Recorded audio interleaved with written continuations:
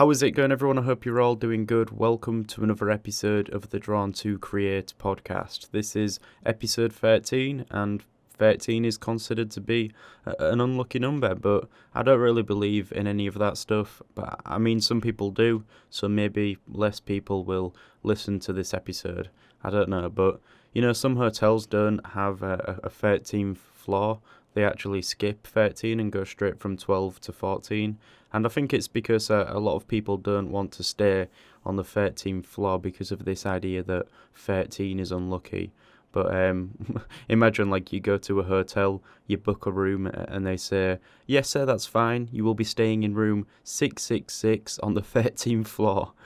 I mean, I think at that point I'd probably be a little bit concerned, but and I mean the hotel would have to be pretty wide as well to have 666 rooms up to the 13th floor. But anyways, what are we talking about in today's episode? Well, I don't really have anything specific planned for this one. Instead, I just thought I would talk to you and see where it goes. It's quite funny actually, because sometimes when I don't plan on talking about anything specific, I can sometimes come up with some good ideas, and I just end up getting into an interesting discussion, and then the title of the episode just creates itself. So I'm not sure what the title of this is going to be yet, but I'm sure by the end of it I'll have a good idea. So what have I been doing this week? Well, I went to see the new Joker film, and it's fair to say that I'm still thinking about that film even now, and it was really good. I enjoyed it a lot. Obviously, I'm not going to give any spoilers here, but I really recommend going to see that film if you haven't seen it yet. Imagine if I actually spoil the film in this podcast. Like, I imagine one of you putting this on, you know, having it on in the background whilst you are doing some drawing, and then you're expecting me to be mainly talking about drawing, but then all of a sudden I just spoil the new Joker film. I wouldn't do that, don't worry. But yeah, that film, it's been on my mind since I saw it a few days ago, and I think I think it could have ended a few scenes before it did.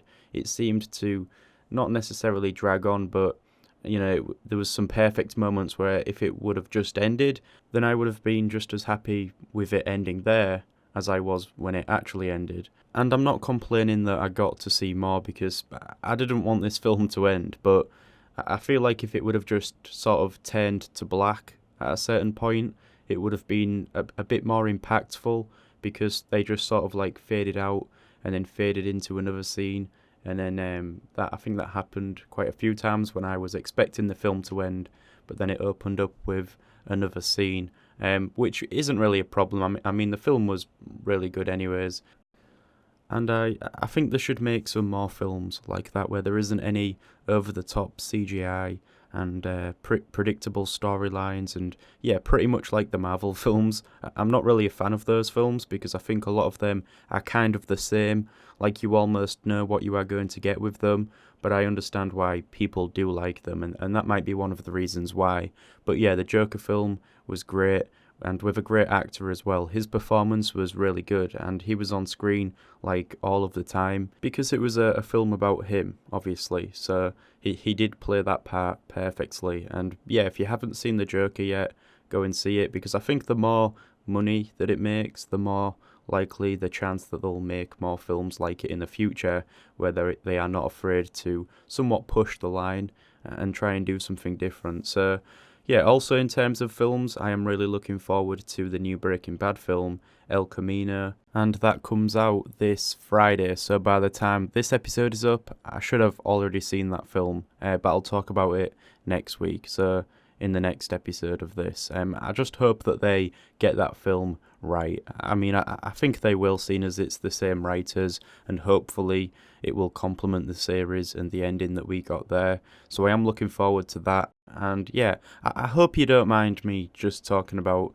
stuff like this as well. I know that this is a drawing and art channel, but I like to use this podcast as an opportunity to talk about my own approach and my own experiences. So I'll just talk about films and music and anything in general, really, because I've come to realise, and I have spoke about this in the past as well, that everything you experience plays some kind of a part. You know, everything has an influence on the art that you create. And you might be wondering how all of this stuff influences my art and how it comes through within it. And when I was thinking about this, I think that all of this stuff, the things that I experience, it all has some kind of an influence on me, who is the artist creating the art. So it might not show itself literally through the art, but it is influencing the artist creating that nonetheless. So let's talk about that for a bit, right? Like, a lot of my work is influenced by, I suppose, Asian culture and technology, people, day-to-day life, all of this kind of stuff. And actually a lot of these things are tied into the subgenre that is cyberpunk. And I don't think it goes all the way with that. Like, I wouldn't see my work having a direct correlation with that. I just think that it has some nuances of cyberpunk.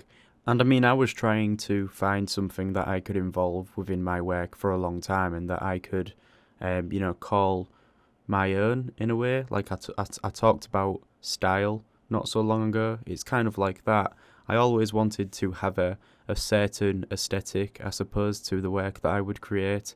And I've spoken about this in the past, but in 2016, I went to Hong Kong, and I think that had a big influence on my work as a result.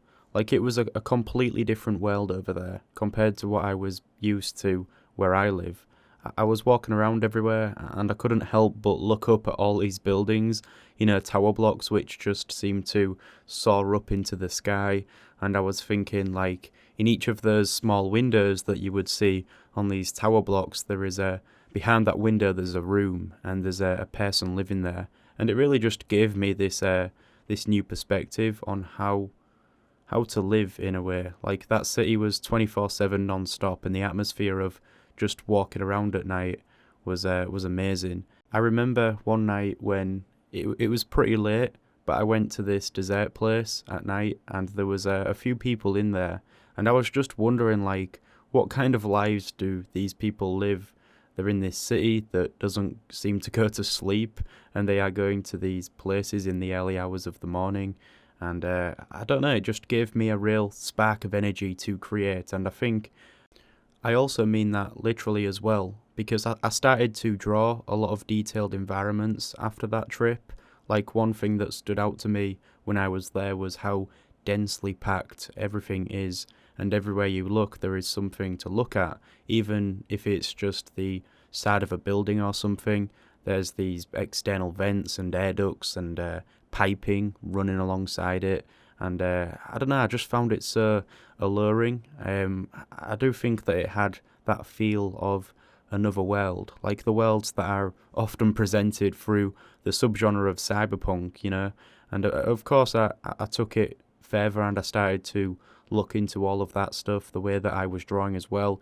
I would obsess over detail, and so these things were complementing my way of working. And just the way that I approached my art as a whole had changed, and I was really inspired to find something that worked for me. And I always look at my art as a representation of myself as well. So this stuff was important, right? And I even started to discover new music, which would relate to the way that I was working. I would always try and get into the right frame of mind and headspace before I would draw.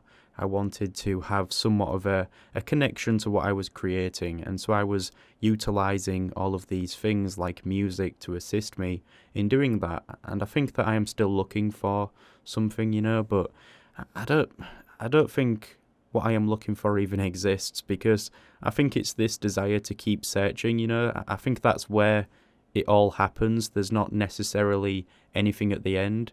And it's actually just more about the process of doing all of that matters. It doesn't necessarily make a difference where you are going. It doesn't really matter, where the end is, because there isn't really an end to it, especially when it comes to drawing and creating. You're going to be doing this for life, and so there's no real conclusion. You do it until you die, and that's pretty much like what I've sort of been realizing is it's just about enjoying the journey, not the destination, I suppose. I think there's like a saying that's kind of like that. I'm not sure. Yeah, I don't know. I guess films some of them make you feel a certain way, and I usually try and find different things that make me feel different things. I think that my ideas are often swayed by how I am feeling. Like, I am only able to come up with certain ideas when I'm feeling the right things, if that makes sense. Like, we all go through different phases, we're always feeling a different way. I don't think there's ever just one way that we are feeling all of the time. Or maybe there is, I'm not sure, but for me, like, I go through phases. Like, it tends to be a lot of ups and downs. Sometimes I prefer just to be left alone, to my own thoughts. I want to be like sad, and then other times I just want to be like social and go out there and have a good time with friends and try and be happy. And I just have as much negative thoughts as I do positive thoughts. And actually, I think that's a bit of a lie. I do tend to have more negative thoughts than I do positive thoughts, and I think that's just the way that humans are conditioned in a way. Like, we always tend to put more emphasis on the bad things than we do the good things. But I also think that there might be another reason for me to feel like that, and I think it's to do with the art and the work that I create when I am feeling kind of negative and I have those more sort of dismal thoughts. The ideas that I tend to have are a lot more to the heart in a way. I don't know, I tend to, if I'm feeling a bit down, the ideas that I have tend to resonate with me a lot more, compared to when I'm feeling happy and I have a good idea, a funny idea or whatever. A lot of the ideas that I tend to have when I'm feeling kind of positive are more to do with, I don't know, like sometimes the content on the channel, the format of videos. When I'm feeling good, like I get a lot of ideas for the content that I want to do in the future. I'm feeling positive about what's happening, and I have all of these new plans and these ideas which come to me. But when I'm feeling down, I'm sort of like, I do feel like my ideas are a lot more, a lot more like, I don't know, it's hard to explain. I just have a real trouble trying to articulate what I'm trying to say here, but I think that maybe some of you can relate. And like, I don't really get worked up over things, and I don't really get overly excited over things either. Like, a lot of the time I'm just feeling sort of melancholic with everything, and I'm quite passive with a lot of things as well. Like, I sometimes feel quite numb to a lot of things that I would often feel something towards. And I don't know, I'm not using this podcast as any form of therapy or anything, but I guess I just get onto these subjects where they force me to think about myself and the work that I create. And I really don't know how to get what I am feeling or what I'm trying to express across to you through my words. And I think that's probably another reason why I tend to be attracted to creating images, because I like them to sort of say something in themselves rather than me having to say it like this. But yeah, I don't know, I'm just using this like opportunity to try and understand all of these things. And again, I'm just speaking from experience. None of this is fact. This is just my personal opinion. A lot of the time I find that the ideas which come from the negative tend to be a lot more honest and sort of appealing in a way, in a positive way. A lot of people can likely relate to it.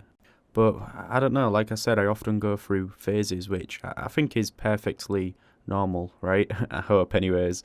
Like, sometimes when I wake up and I need to record an episode of this, I just want to talk about something art related and be really positive and stuff and upbeat. And then sometimes I just want to come on here and speak about how I'm feeling and try and get those feelings across to you by speaking about all of this stuff. Like, I'm not going to come on here and cry, don't worry about that. But I'm just saying, like, sometimes I think there's room for, talking about this stuff as well as there is talking about all of the happy stuff. So I try and make the most out of this opportunity I get to talk to someone. Or I guess I'm just talking to myself. Like, in reality, it's pretty weird, but I think there's some of you listening, and I appreciate you taking your time to do so. I think sometimes I feel quite robotic or awkward. Like someone commented on the video that I did where I was on camera, and they said that I sounded a bit robotic, and I did also think that myself when I watched it back. And I think that might just be a result of me not being really comfortable on camera. Like, I suppose in a way I do overthink things, but I do also often retake a lot of that stuff where I am on camera, because I feel like I need to pronounce and get everything that I need to say out there as clearly as possible. Like, when I am talking, I always look away because I'm thinking of what to say, and then there's usually like a long pause or a bit of a moment where it's just silence, and that's what I try and clip out. And then all of a sudden, once I've clipped all of those silent pauses out and I've put it back together, it might come across quite robotic. Like I'm just like, and this is why the drawing, you know what I mean? So yeah, I think I'll just probably get used to it with time. Like I used to be a lot more expressive on camera when I first started YouTube, because I felt like you had to be in order to succeed on it. And I suppose you do in a weird way, but it's not necessary at all. It really depends on how you feel and what you want to do. But I really wasn't being myself. I was just using so much energy to present myself in an animated way, because I assumed that was more entertaining, and it probably is. But I used to be so tired out after I stopped recording. Like it got to the point where I wouldn't even want to.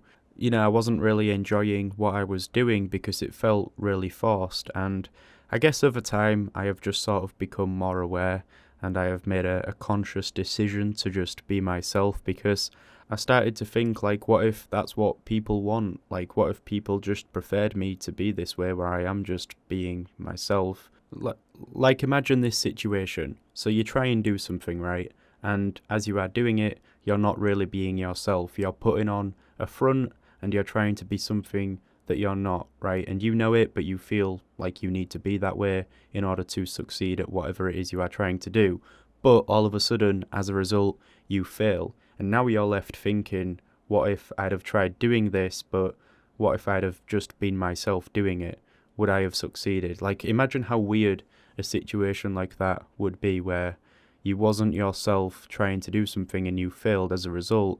And then you are just left thinking, what if? Like, what if you would have just approached this thing in a way where you was being yourself, which was probably an easier way to go about it anyways. Like, what if you'd have succeeded if you was just that way from the start?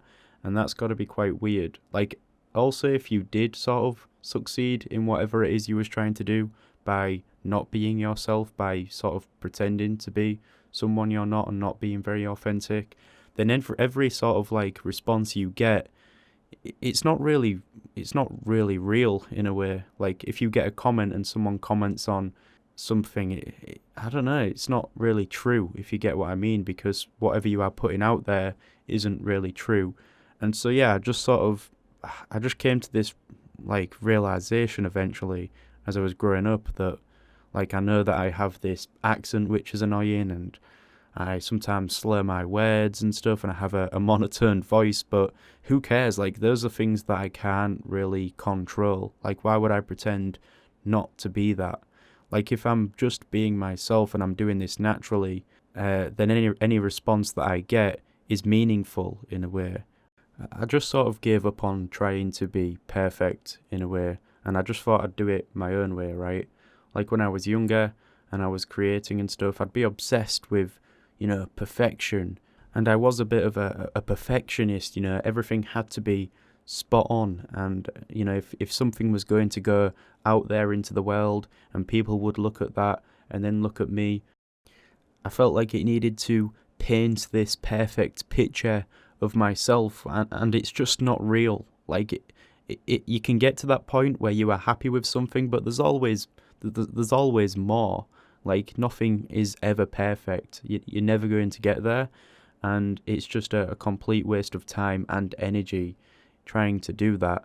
And so I just started to approach all of this in a less serious manner. And of course, that doesn't mean I'm sacrificing the quality of the content. It just means that I'm not getting hung up and overthinking certain things. I mean, if you click on this video and you are listening, you decided to listen. There is nobody making you click on this video and listen to me ramble on about all of this stuff, yet some of you choose to do that.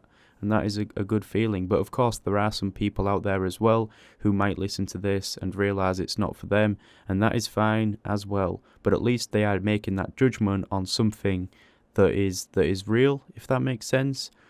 I guess I just hate all of this fake stuff that you see online. I mean, there are some exceptions because people might actually be the exact same in person as they are when they present themselves on screen. Or maybe the people who do present themselves on screen differently do that intentionally for the sake of entertainment, and maybe that's fine. I think if I look at it that way, it makes a bit of sense. Like, they are putting on a show for the quality of the content in a way. But like with YouTube, where you are required to put out content quite frequently, personally, I would struggle to do that. It would tire me out completely if I had to try and present myself in a way that I am not naturally. And again, there are moments where I want to be more energetic on camera because I'm maybe in a good mood, and I think that because I actually feel like that, it's more authentic. I want you to be able to relate to me, and that's why I discuss all of this stuff and share it with you, because I'm exactly the same as you. Even though I might showcase this artwork that you think looks good, and I talk about what I do as an artist, and it sounds like I have everything together, that's not really how it is. The truth is that behind all of that, there are constant frustrations and doubts and all of the negative stuff that usually comes along with the positive stuff. So yeah, if you are listening, then thanks for your time. But anyways, we have a question for this episode, and it is from Jessica Taylor, and she says, "Love your channel. How do you protect all of your drawings once finished? I like to create as it is relaxing, and when comparing my old drawings to my newer ones, I find it really rewarding seeing the progress I've made over the last few years." And that was a response to the question that I asked everyone in the last episode.